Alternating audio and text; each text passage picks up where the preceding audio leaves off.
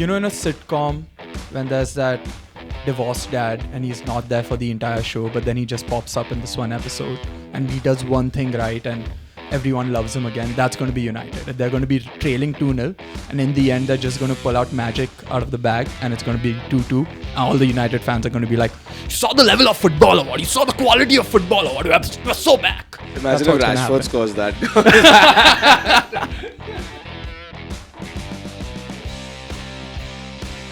What's up, guys, and welcome back to the Casual Sports Show. Today we have another amazing episode planned for you guys. We'll start with the Premier League, move on to F1, US Open Tennis, and then we're bringing back the Casual Date segment.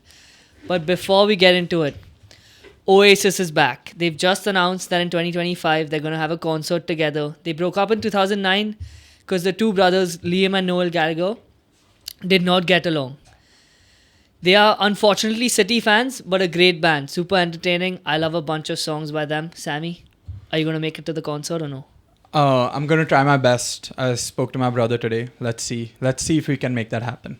Your brother is going to pay for your ticket? Hopefully. Fingers crossed. But my favorite song by them is Morning Glory. Sattu, are you going to make it to the show? If I can, I'm definitely going to be there. Cool. Nobody else need to ask that question too. Sattu asked me if I'm going for the concert. No, don't ask him. I said maybe. He was holding in that joke for half an hour. But yeah, ZS is going to the show, right? I don't know much about Oasis. I know one song, Wonderwall. That's my favorite song. Amazing song. Mine is Morning Glory. I like Little by Little. I haven't heard that song. I don't think so. Sattu, any picks? Champagne Supernova for me, I think. Great. Ooh, great song. Great pick. All right, moving on to... Dua Lipa's coming to Bombay, bud. Sorry. Buddy. How can we not address that? I don't think... I love her. She's the love of my life. I usually have one and right now it's Dua Lipa. It keeps changing from year to year. But I don't think I'll be going to the concert. I don't want to go all the way to MMRDA. It's a fuck all location to have Where is it? MMRDA? In Bandra, I think. In BKC. Yeah. I think Coldplay happened over there and it was a shit show to like get to there and go back home. So fuck that. But Dua Lipa, I love you. I love you as well. Enjoy the concert. We won't be there. Okay, so Center Goals reported just now, I think yesterday, that Messi last year has rejected a move to Al Hilal. Here was what they said about the money he was going to receive. 15 to 20 million per week. With add-ons and objectives, this could have totaled to 900 million to 1 billion. Now that we are officially a Messi podcast, we won. We won. It's a better offer than Ronaldo got, right? Much better. Ronaldo made like 2 to 400 million. No wonder he had to start a YouTube channel. Poor fuck. This is more than double. So Saudi knows ball as well. Saudi knows ball, we know ball, Messi knows ball. Did Messi accept it or no? We don't know yet. He did not accept he it because he's rejected in it. Miami. Oh, okay. So this is before Miami ever happened. It was reported today. These numbers were disclosed today, but it happened last year, the offer. Got it. I mean, yeah, Messi podcast didn't go to Saudi, believes in women's rights. That's why he went to Miami where the women can do whatever they want. So we stand with you, Messi. And good we made this decision before this news ever came out. Right. Yeah. So And kudos. It also came out recently that Vinny had a similar contract, about $1 billion contract offered to him as well from Saudi. Are we a Vinny podcast? No. So then why are you bringing him up, bro? But Messi's probably making more money in Inter Miami anyways because he gets a percentage of ticket sales, of streaming sales and everything. So. And Ronaldo was never offered anything from the Americans because he can't enter that country for reasons let's not discuss. Yeah. So basically he started a YouTube channel to make extra money to catch up to Messi. Always catching up to him. Yeah. Thank God we are a Messi podcast. Should we give a quick shout out to that just recent comment we got on the reel? I think it was hilarious. Give context one. If we're actually going to clip this in. Basically, we posted a reel last time from our episode that said Ronaldo is our competitor and fuck him for starting a YouTube channel. And obviously, he has his 40 million subscribers at this point or something. And we are All his close. chelas. And we are close enough with 300 plus. Yeah, nobody stood speak. up for us in the comment section. We had to do it And ourselves. some fellow from abroad has commented, don't want to see two bacteria. What did he say? Some bacteria cells waffle about nothing. waffle about nothing. And then we commented. So don't listen na chut mari ke. If you think it's about nothing.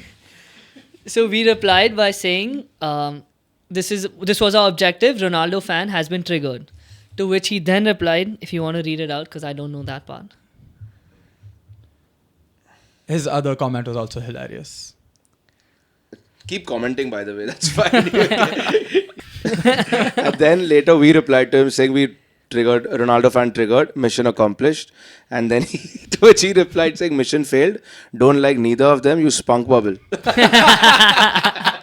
Come over, let me burst my spunk bubble on your face. But yeah, I mean, keep the engagement going. Love the adjectives he's used to describe us. We can incorporate that in our lingos as well. Call each other bacterias and spunk bubbles. Fucking love it. Finally, for the intro, our boy, the greatest scriptwriter in the history of sports and entertainment, Jay Shah has become the ICC President, the youngest ever, uncontested. No one has the balls to stand against him. He wrote it that no one will stand against me for this presidential election. Hasn't been an easy journey for him to get to the top.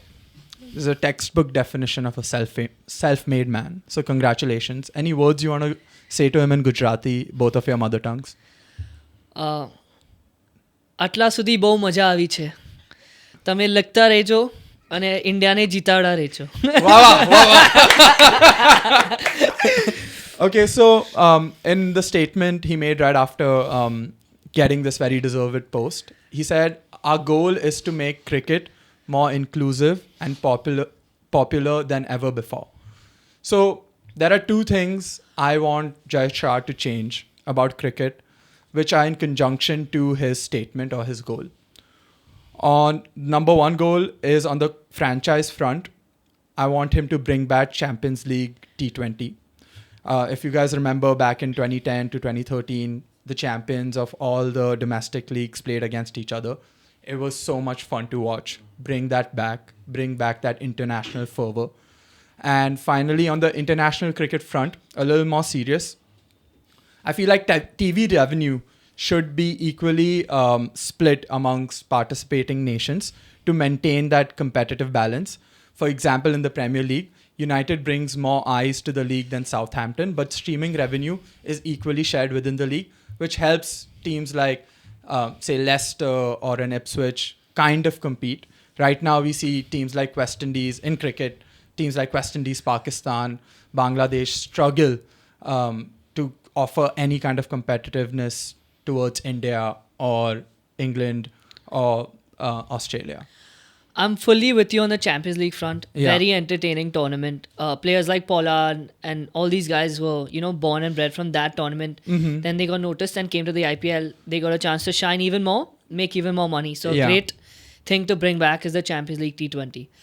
I kind of disagree with the TV thing. If India is bringing the most eyes to the sport, I think they deserve to get the most revenue out of it. I'm sure there's some sort of balance that I am not understanding, but this is how I feel that money goes in and comes out in that same chain. Like you can't have too much of okay, we're trying to be nice to a smaller nation. Like, But then it's a business at the end of the day. It's a business at the end of the day, but they aren't getting any support at all, and that is eroding their cricket associations. West Indies was a flourishing cricket association. It's getting no support from the ICC anymore, and that's why it's dwindling, and there are so much infighting happening there. If we want international cricket, in my opinion, to stay alive, to be competitive, and enjoy the thing that we grew up with, then I feel like something has to give. Something like this has to happen. Maybe offer more support, but Yeah. not fully like revenue distribute in a way. I'm Sure. sure you can find a balance too. Sure, this is a blanket statement, but Yeah. I feel like there should be more revenue sharing within those nations, which we can get into in another episode. Sounds good. Moving on to FPL now. We got cocky last week and we said, fuck you guys, we did better than average. And the deal was, if we don't do better than average, we pull out the penalty pig and we put 100 rupees each in it. So here goes. We got cocky. There were 2 games that just happened. The scores weren't tallied. And unfortunately... 100 rupees. Oh my god. Shouldn't have got Chalna. This is going to be a tough. Oh my god. Okay, There fit it it in. is. We fit it in. It's in. It's in. Okay, yeah. So since we got below average, we did the penalty. What do we need to change on the team?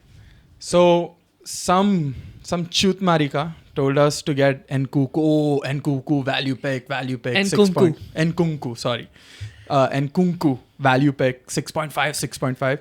That guy has not played in the last 2 games. Why do we listen to such kind of people, bro? I think maybe we can like swap him out for Rogers or Smith Rowe. Both of Rogers has not had that return, but he's shown like some kind of positive spark. Smith Rowe got a really good goal for Fulham.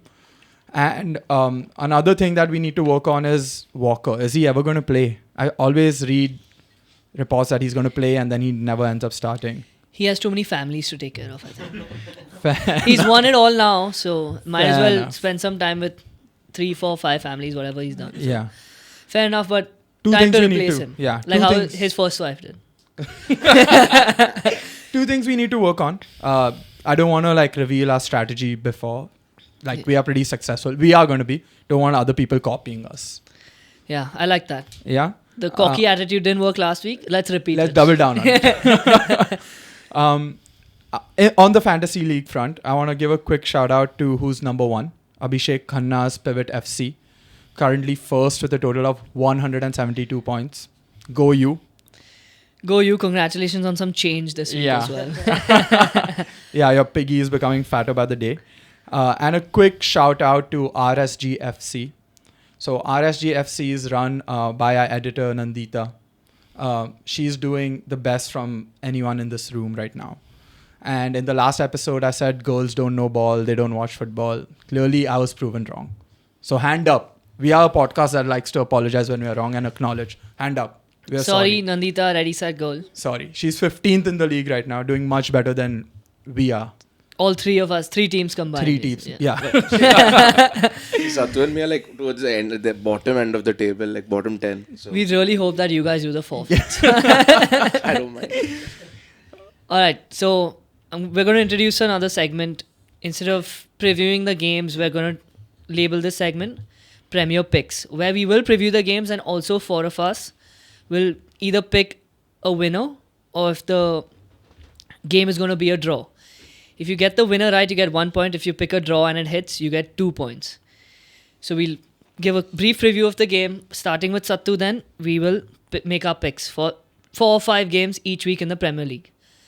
We'll start with Man United versus Liverpool Let's this week. go, baby. Biggest game of the week. Horrible timing for United Big game to for face you. Liverpool at this time after losing to Brighton last week and not looking great in the first week as well. At least we have a new signing though. Ugarte from PSG for 60 million. We've talked about how Casemiro is struggling. He's going to change things for sure. And now, let's at least hope so. I don't give a fuck about your sarcasm, bro. But I think that's a good move. That's a position we've been talking about for a while that United needs to work on. And I'm glad they made the signing. It is a little sad to see McTominay leave for Napoli. Might not have been the best player, but he always had the biggest heart. Played, super hard as well. Went in for all the tackles. Scored a bunch of clutch goals last season. So, I don't know. Great team player is what I'd leave it at. And good luck at Napoli. Can't believe United has come to this level. They're crying about a player like McTominay Dude, you were leaving. sucking McTominay. Emil Smith-Rowe's McTominay. dick in the first week. And he where went on and he three proved me games, right. And he played He 3 proved games me for right. you. Dude, when we were down bad in the relegation zone, he is the one who stepped up. Okay, so McTominay stepped up last year by scoring those clutch goals. What's the difference? I said best of luck to Emil Smith-Rowe. That's what Let I said him as do well. his thing. But I wasn't sad or upset about it like you are right now. Yes, you were. You put I'm up a just story. saying- I'm just saying. Stories, Sammy's stories. Arsenal stories is a guarantee. There's fucking picture proof of it. I'm just saying I And didn't he's cry as lying. much. And there wasn't half as much sadness in my eyes as there is in Tana's right now. You have anything on Emil Smith-Rowe's front? Sattu, back me up, man. I was very sad when he left. Shut up, bro. My childhood best friend had left the club. But Tana, I have a quick question for you. What happens if McTominay goes to Napoli, plays striker, and just turns into like a world-class player? I would love it, man. He deserves it. Go for it. No problem. No problem. And Ugarte absolutely shits the That bed. would hurt. That would actually hurt, man. But Okay, so Anything else for Yeah, United Liverpool? So I just want to say both these managers have played each other twice in the Dutch league. It's been a 2-2. 2 wins for Ten Hag and 2 wins for Arne Slot. That means they played 4 times. 4 times, my bad. They've played 4 times. It's been 2 wins for each of them. And I already feel like there's something spicy brewing between the both of them. Ten Hag has already taken a shot at Slot. So when the news had just broken, Ten Hag said that Slot is already taking over a very well-adjusted squad. And the situation that Ten Hag was given in the first place was very tough. So basically saying that Slot has no pressure on him. It's a very easy job and he's done a better job than Slot already. So hopefully we get to see some touchline fireworks and some mind games in the press conference before the game. I don't think he said he's already done a better job than him. He's implying that already. I don't think so. He just said the truth that Klopp's system is way better than what he was left at with Ole's system. There's no need to say all that. But if you get asked a question at a press conference about the opposing they were manager, like, what do you have to say about Slot joining? And he said all this nonsense. it's not nonsense. It's 100% fact. This is mind games from the very beginning. Why would you say he has an easier job to do than I have? Did he say that? Yes, basically he's implying Okay, that. now implying and saying is The what, bro? implication is there that he has a well-adjusted squad. Yes or no? And that's what I said. That's the fact. Why did he have to say that? He could have just said, congratulations, Slot. You go and do your thing. No, bro, bring some fire to it. That's but also what I'm mention saying. the truth. I don't think it's the truth. Okay, Hey, Sattu. Yalla, going on about United Liverpool, I had a couple questions prepared for you both. So Let's go, baby. it's just trivia questions. So whoever knows the answer first can just raise the hand. Sattu can be the officiator of who raised the hand first. So we start off with in March 2011, who became the first Liverpool player to score a hat-trick against Manchester United in 21 years? Should I give Yeah. you Stevie G. wrong? Yeah. Can I go again? Can I I keep mean, that? sure, you all can go until one of you get it right. 2011, Dirk out. God, that's impressive. Okay, so we make it 3 questions. There's 3 questions, so whoever gets 2 right wins. In March 2015, which Manchester United player scored a brace at Anfield, including a stunning bicycle Da. kick? Berbatov. Wrong. Mata. Oh, yes. Mata. One. Good one. Boba Good one. Okay. was a Good one. yeah, Boba was also a hat-trick, but it was a- hat-trick. Bicycle is He's also the only United player to score a hat-trick against Liverpool in like That was 25 one of years. Ten Hag's first derbies. Who was there 2015? no Mata was Van Gaal or something. Yeah, What did I Van say? Gaal. Ten Hag. Yeah. Oh, I meant Van Gaal. Yeah, you went. bad. Dutch. Okay, last question. Which Liverpool player didn't... So I'm going to give you all options for this question. Which Liverpool player didn't score in the 7-0 win against United in March 2023? Fuck these questions. Third question. I love it.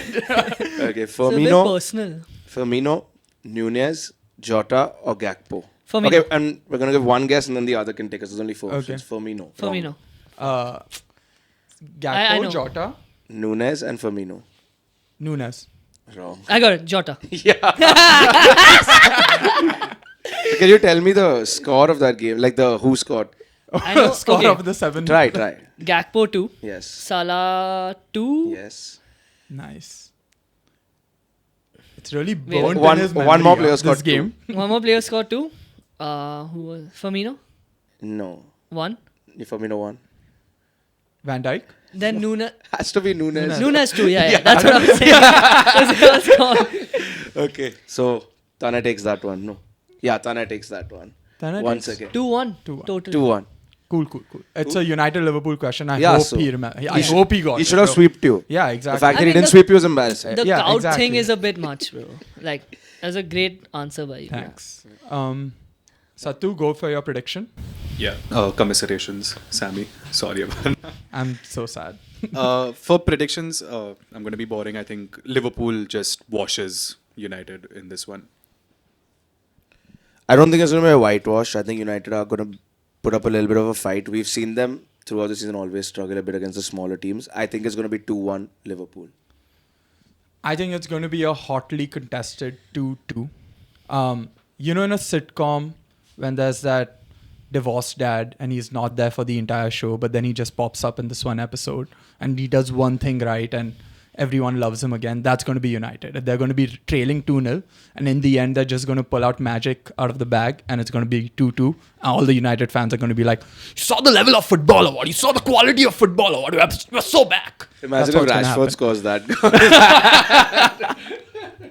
I'm going for a draw as well. So back your team, man. No, I want 2 points in the... Yeah, so draw 2 points and win or lose, you pick correctly, it's 1 point. So yeah, we have more to win or lose from this game. Yep. Okay, next game we're going to talk about is Arsenal Brighton. Both coming off wins. Arsenal looking great to start the season. 2 clean sheets. Goalkeeper is looking great. Attack is looking pretty good. Might score more goals this time. Sammy, what do you think?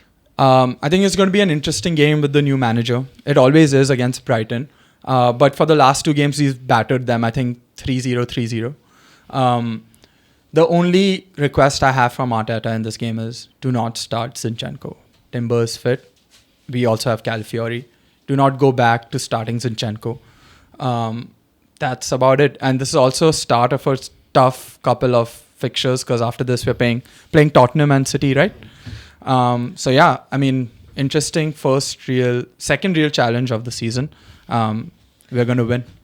Sattu thoughts. Hopefully a Merino debut as well. Maybe 75th minute would be interesting to see him play. Yeah. But yeah, on predictions, I think Arsenal takes this one. Sattu, real question. Where do you think Merino is going to play? Do you think he's going to replace Partey or he's going to play on the left side?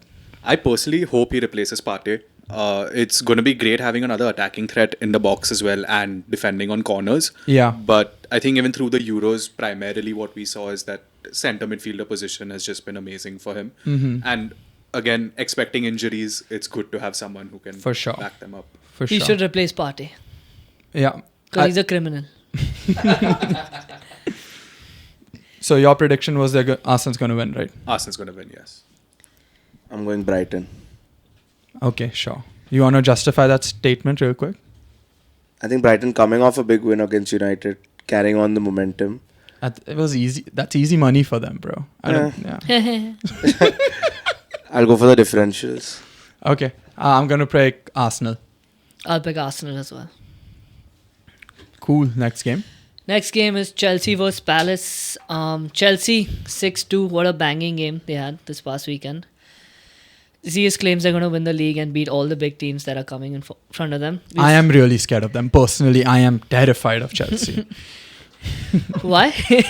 That 6-2 performance, bro. Scoring 6 goals against one of the strongest sides in the league, Wolves. Palace, on the other hand, 2 losses so far this season. I picked them as my dark horses. So yeah, ZS, give us your thoughts. Yeah, I mean, we've won our last 14, in our tour, we won our last 14 games versus them. So even when we're going through our worst times, our lowest times, we're still beating them. I think it's going to be a convincing win. I hope that we show the same attacking prowess as we did last time, pushing the ball forward, making those overlapping runs, putting the ball in the box. I would hope slight improvements in defense. I don't want him to change the team. I think Colwell and Fofana should be our starting 2. But last game, you saw Colwell continuously being dragged out of the middle, and they had space to play those through balls down the middle. So if they could stop that, then I think we're great. Like I said, we're fine. Attacking wins games, but defense wins leagues.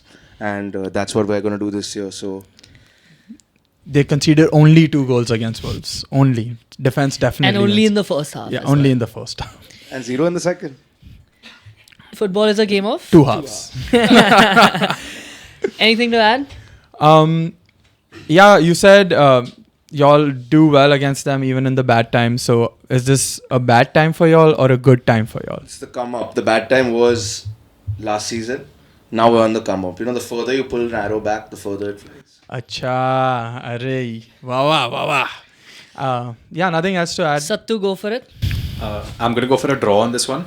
I think it's going to be a really tight game, but I don't think Chelsea have it in them to beat the mighty Palace.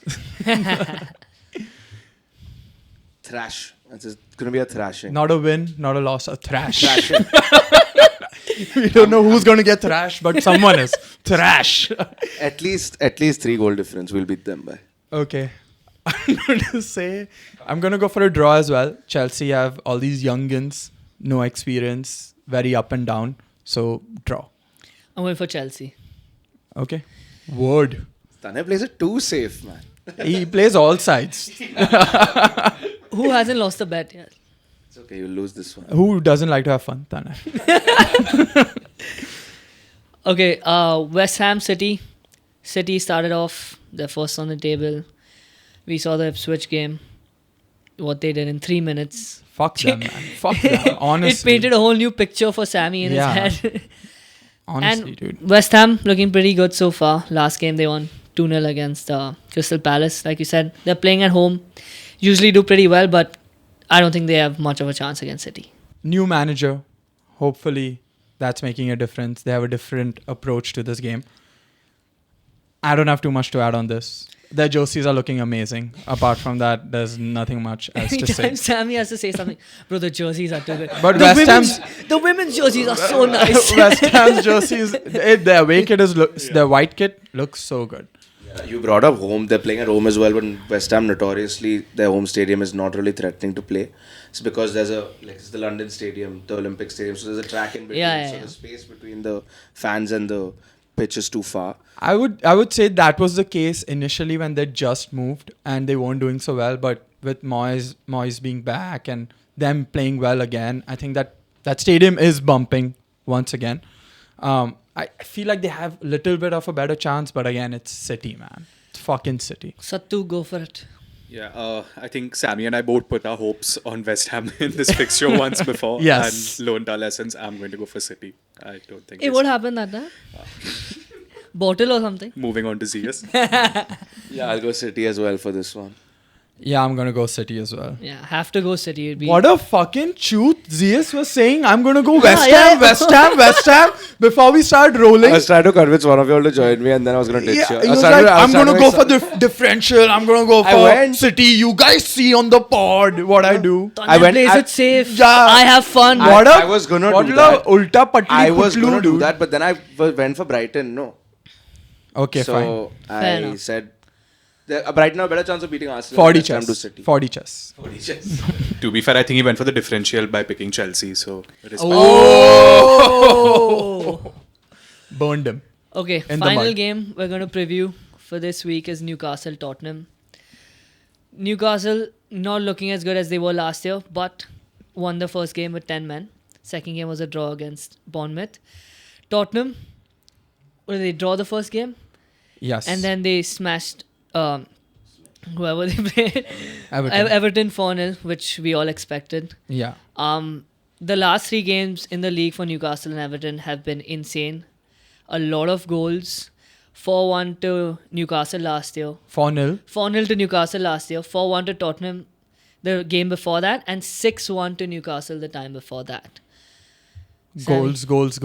Looking forward to this game. Apart from Liverpool United, this is one of the games to look out for. I was gonna save the jersey talk for this game as well, because their away kit and the third kit looks so fire. They have one white one and then they have this red and maroon and blue one, which reminds me of one of the 08-07 Arsenal jerseys, if you know what I'm talking about. Just based on the jersey pick, this is a full jersey pick for me. I'm going Newcastle. But it's not your turn. Oh, fuck. My bad. But yeah, I think Newcastle has a better chance because of the jerseys. I actually like that you bring up the jersey so we get a faster sponsor for the jerseys. We need one again. Okay, Sattu. Yeah, I'm a bit torn on this one, but I think Tottenham's looking just a bit more cohesive right now, so gonna go Tottenham for this one. I'm gonna go for a draw. Newcastle have a good team. They, like you said, they haven't really found much form in the start, but Tottenham, notorious bottlers, so I'm going to go for draw. That's Arsenal. Okay, I'm going to go for, I didn't hear what you said. I'm going to go for Newcastle. I'm going to go for a draw. Damn. Who are y'all taking? Y'all are... I will make a note. Okay. Perfect. Okay. Anything else from this? Any transfers you guys want to touch on? Chiesa to Liverpool is confirmed. 12 million plus add-ons. Steal for them. It's in this market, getting a winger for 12 million. He is pretty hot and cold. He gets injured pretty often. Chiesa is an off-season player, bro. Euros and all he plays well. So, kudos to them. Hopefully, we get to... He's a very fun player to watch, so I'm excited on that front. and 12 million. I think that's something a team like Arsenal could have also gone for as a backup to maybe Saka or Martinelli and Trossard. Any other transfers y'all want to talk about? Gundogan is back. Yeah. Fucking guy, bro. Bro, he was their most clutch player for the last 2 seasons before he went to Barca. He goes there, didn't have much fun. Yeah. But he's back. Apparently, his wife does not like the weather in Manchester. I mean, I don't think anybody likes the Yeah. weather in Yeah. Manchester. But that's why they moved to Barcelona. But I guess he didn't That guy enjoy didn't like his the football over there. He didn't enjoy the football. The so- Barcelona registry, they have up till 5 minutes before the next game to register Danny Olmo. So did you see that video of John Abraham in Dandanathan goal at the end? Yeah. I thought Danny Olmo played and scored his first goal already. He's not registered as a Barcelona player yet. Is that for the Champions League? Maybe. I'm pretty sure I saw Danny Olmo Yeah, he score. did, and he had that celebration and everything. I really don't understand how these clubs do their finances and the registering and all this shit. It's a bit complex. Yeah, he scores a winner on Barcelona debut. Yeah, he did. Was that La Liga? Has to be, right? Yeah. But there is some... It No. may be the Champions. Yeah, it was La Liga. But there is a bit of this thing around his registration. I don't know, man. La Liga seems damn shady. Barcelona Yeah. also seems Yeah, damn yeah. shady. Don't know what they're doing with their finances. Every year you hear them sell some % of their club and then roll it into their stadium and roll it into something Spotify. else. Yeah. We hate Barcelona because they kicked Messi out. Yes. Yes. Yeah. Perfect. This is a messy podcast. Moving on, we're back with another edition of the F1 segment. We got a lot of positive feedback from the ladies, so it's working. Thank you so much, Satyajit. Sorry, Sat's Mind and Place. A lot has happened. I want to ask you a few things. Wait, let me just intro the race that's happening this weekend. So it's this is all the lingo I know from F1. Okay. So Monza GP is happening this weekend, and it's personally my favorite Grand Prix. For no other reason. It's Grand Prix. For no other reason than that one of our really good friends, you might have seen his picture on our videos a bunch before. Multiple videos. Mustafa Bagastrawala has a tattoo of the whole track on his back. He claims it's some musical instrument, but we all know that it's a Monza track. So that is why this is the GP that I look forward to the most. And we call him Mons also affectionately because of that tattoo. And we hit him where the tattoo is as well with more affection. So we put up pictures of the tattoo and his face, his cute smile. But Sattu, in relation to F1 news, I want to ask you a few questions. What the fuck is happening with Haas? So it's actually a bit crazy. I mean, almost 2 days back, there was a theory that they would have to leave their cars in the Netherlands because they were being sued by their former sponsor, Ural Kali. I don't know how many of y'all remember Nikita Mazepin, but it used to be the company his father owned. And they claimed that Haas owed them 13 million euros and an F1 car. I feel like the F1 car bit was a bit convenient. It seems more like a personal collection item. But I think they paid out 9 million last week and they were like, okay, you guys can take your cars for Monza. So they will be racing, thankfully. Amazing. But yeah, that was the They're chaos. basically holding them hostage, right? Essentially. I mean, at any point they could wake up and What car does he drive? Who? Oh, I thought Haas was the guy. So all this ties. To be fair, you're not wrong. Gene Haas Haas, is the yeah. owner Yeah. of the team. So he knew what he was talking about. He knew what. Tanya is an old F1 fan.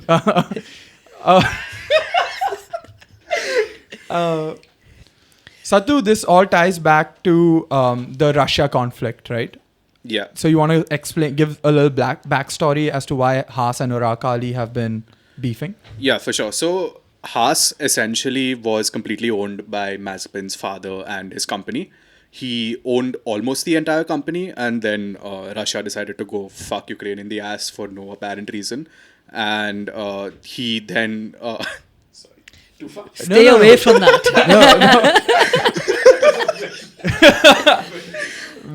We are a political podcast. Go ahead. So yeah, he got sanctions slapped on him, obviously reduced his stake to 49% and stepped down as CEO.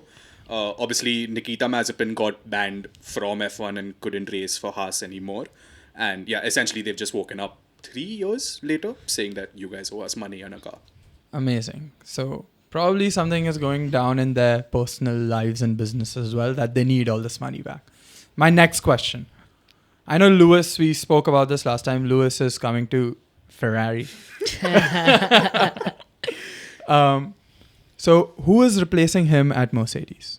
Yeah, so interesting you bring that up. There's a young... So interesting, right? Yeah. There's a young wonder kid called Kimi Antonelli. His 18th birthday was actually on 25th August, and Toto Wolff literally went, we're going to give him a birthday gift and let him drive the car for FP1 or Free Practice 1. So this is actually quite common. A lot of junior drivers do get to test out the new car, especially if they have a chance of getting promoted. And going to be testing it out at Monza. He's confirmed for the seat. He's honestly had an incredible career since the go-karting days. He's been dubbed a wonder kid, and there's been a lot of spotlight on him.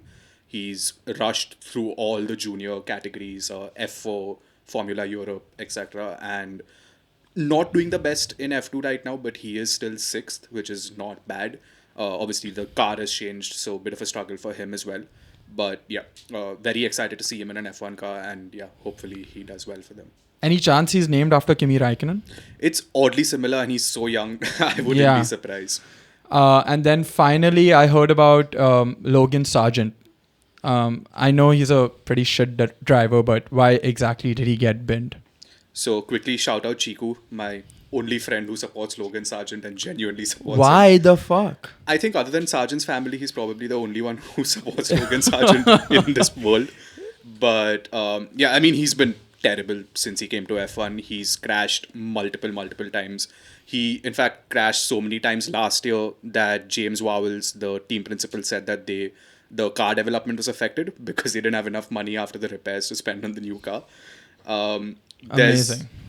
Actually a Reddit user, Base Pro 24 Chevy. He has this really fun picture. We'll put it up on screen. It's called the World Destructors Championship, basically covering how much damage in terms of money everyone's done over the years. Sattu shared this picture with us on our group. And he's like, I want to talk about this. Just this picture that we put up on the screen. And he's like, I want to talk about this. And I was like, are you mad? Like, what is this? And how does this make any sense? So if you guys can make any sense of it, kudos to you. But yeah. It's not that hard to understand. But on your phone, on WhatsApp, without any context, I want to talk about this. If all the ladies want to woman-splain to us what this means, welcome. Go ahead. Yeah. Go ahead. But quick shout out to Logan. Unfortunately, didn't have a chance to make it to the top of the leaderboard, but went out with a strong 3 million in damage this season. So gonna miss him. Gonna miss the all these red teams flags. Are feeling like Barcelona, bro. Yeah, I want this much there, this much here. I'm losing out But here. Formula One does operate like that. The way they pick drivers, the way they pick sponsors, the way their internal politics works is very much based on who's bringing how much money. It obviously on the top levels goes into performance based, but a lot of it, especially if you want to get into the sport, is who is bringing how much money and how many eyes are possibly a market as well with them.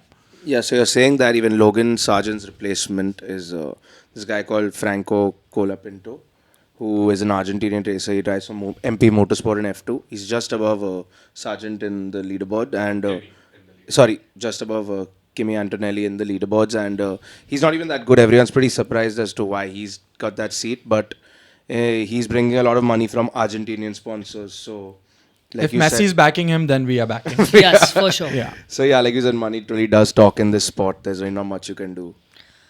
So Sattu, you want to talk about? Done? All good. All right, moving on. US Open is on. We made our picks last week or in the last episode. I picked Djokovic, and the big baller has walked out with his gold medal to the opening ceremony and the exhibition match. He then went on to beat his opponent 6-2, 6-2, 6-4. So, great start. I love the cockiness. I love how much pride he takes in winning that Olympic gold. That means he's completed the Golden Slam. You guys got any thoughts about this move that he's done? Yeah, a lot of people love to hate on Djokovic. And they were like, oh, he's so cocky, blah, blah, blah, blah. I thought it was a baller move. You've completed tennis. Do whatever you want now. He's like, enjoy. If I won that medal ever, if I completed tennis, I would walk around with an Olympic medal all my life, basically. Also, the image from when he won the Olympic medal, his hand was shaking. If you remember that, they zoomed into his hand. So you know how much it meant to him. So the fact that he's getting that medal out, celebrating with everyone present at the US Open is a special moment in itself. So yeah, let him live and let live. Kudos to Djokovic. Do whatever you want, dude. I am with you. Grand Slam number 25 incoming. Couple other things happened in the US Open, Sammy, that you'd like to share. Yeah, so we're going to bring up an upset that happened. Thansi Kokkinakis, Western Australian, beat... Nailing the pronunciation today, by the way. Thank you. Beat... That's how you say his name, right? That's what I said. Okay. Beat Tsitsipas in 4 sets. A potential Cinderella story to look out for. Because now that he's beat Tsitsipas, the road ahead of him has cleared up a little bit. With the potential of facing 2 unseeded opponents in his next 2 games. With this Portuguese guy called Borges and another guy called Schoolkate, who's also had an upset beating the world number something. I don't exactly know. But just look out for this side of the bracket. Something special might just happen. And it was a huge upset because Tsitsipas is ranked 11. Exactly. And 11, so just off the top 10. Yes. So very early for him to exit. Yes, and we also saw a record broken. We also saw a record broken in the US Open with Daniel Evans, ranked number 28th in the world, overcame a 0-4 deficit in the final set to win his game in 5 hours and 35 minutes, the longest match in the US Open history. Ultimate choke job by the guy who he was playing against, whose name I don't want to pronounce. But yeah, amazing start to the US Open. Some 2 good stories to look out for. Anything else you guys want to add? Yeah, just quickly also, I think major shout out to Naomi Osaka. She wasn't sure how she was going to perform, came in and absolutely obliterated her opponent yesterday. 0 double faults and just like a really dominating performance. And I think our picks might be in danger if she keeps this up. So, yeah. Sat's Mind Palace is damn good with the women. Yeah. F1, women's tennis, all those he has ready. And also she wore something awesome, right? Her fashion game was on point. She did wear something different, specially styled by Nike.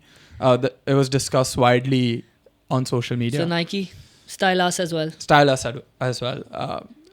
At first, when I looked at it, I was like, okay, maybe I don't vibe with this, but it grew on me eventually. You really love clothing up. I love sporting apparel, bro. Like the intersection of sports and art is fucking awesome. Oh. Yeah. Sorry. All right, final segment of the day. I said in the intro, we brought it back. Casual first date. Since we're going on so many dates. Yeah. And have so much practice, we thought we'd bring it back. So, Dale Steyn in cricket this week, because we haven't had any cricket topics recently too much to talk about.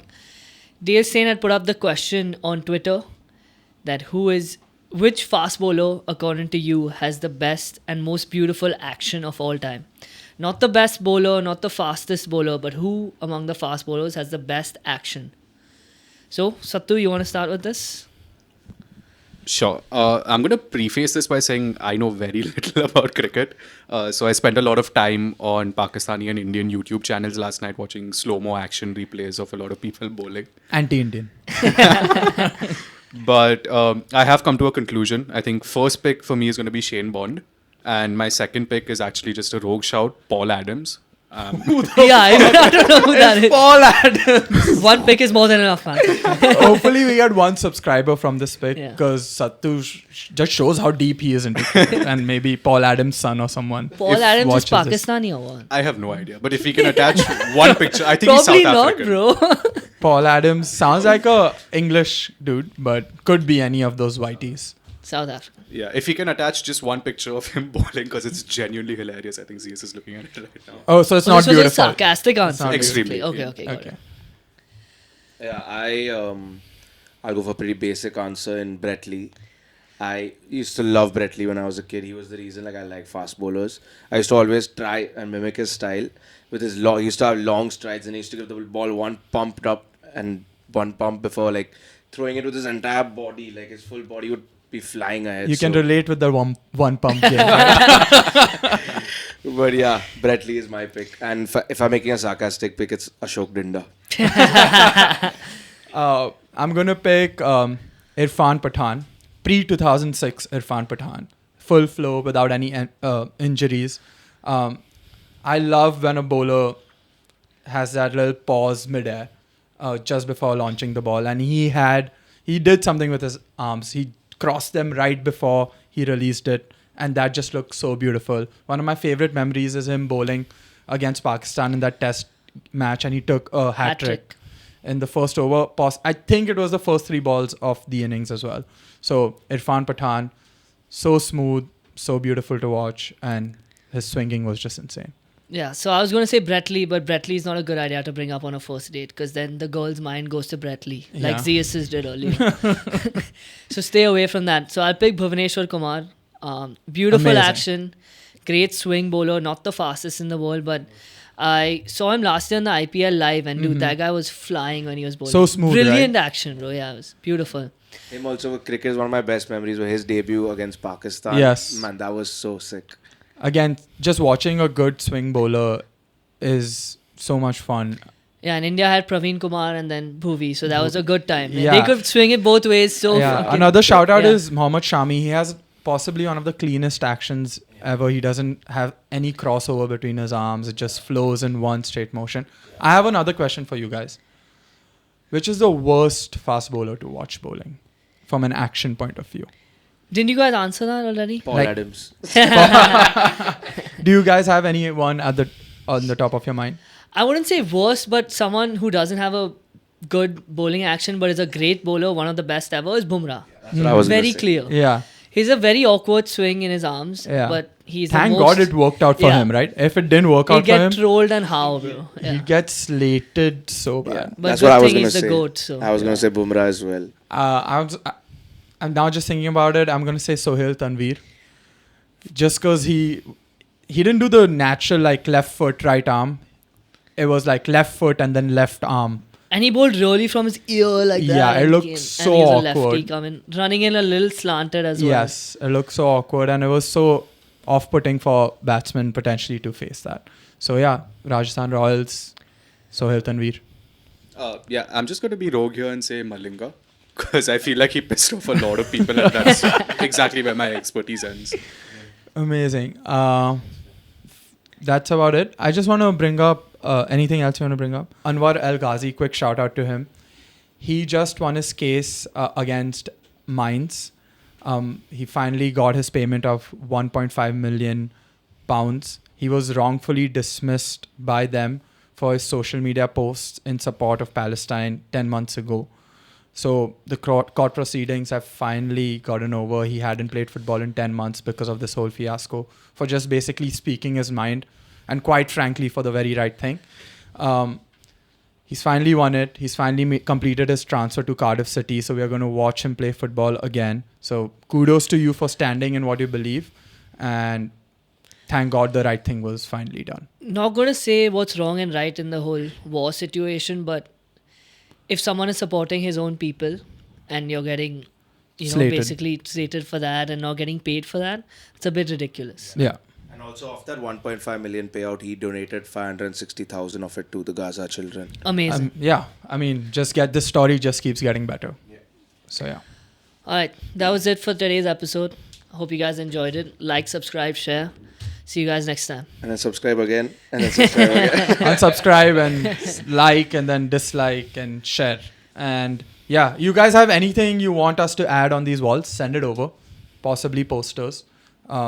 We'd love your suggestions as well. Drop them down in the comments. See you guys next week.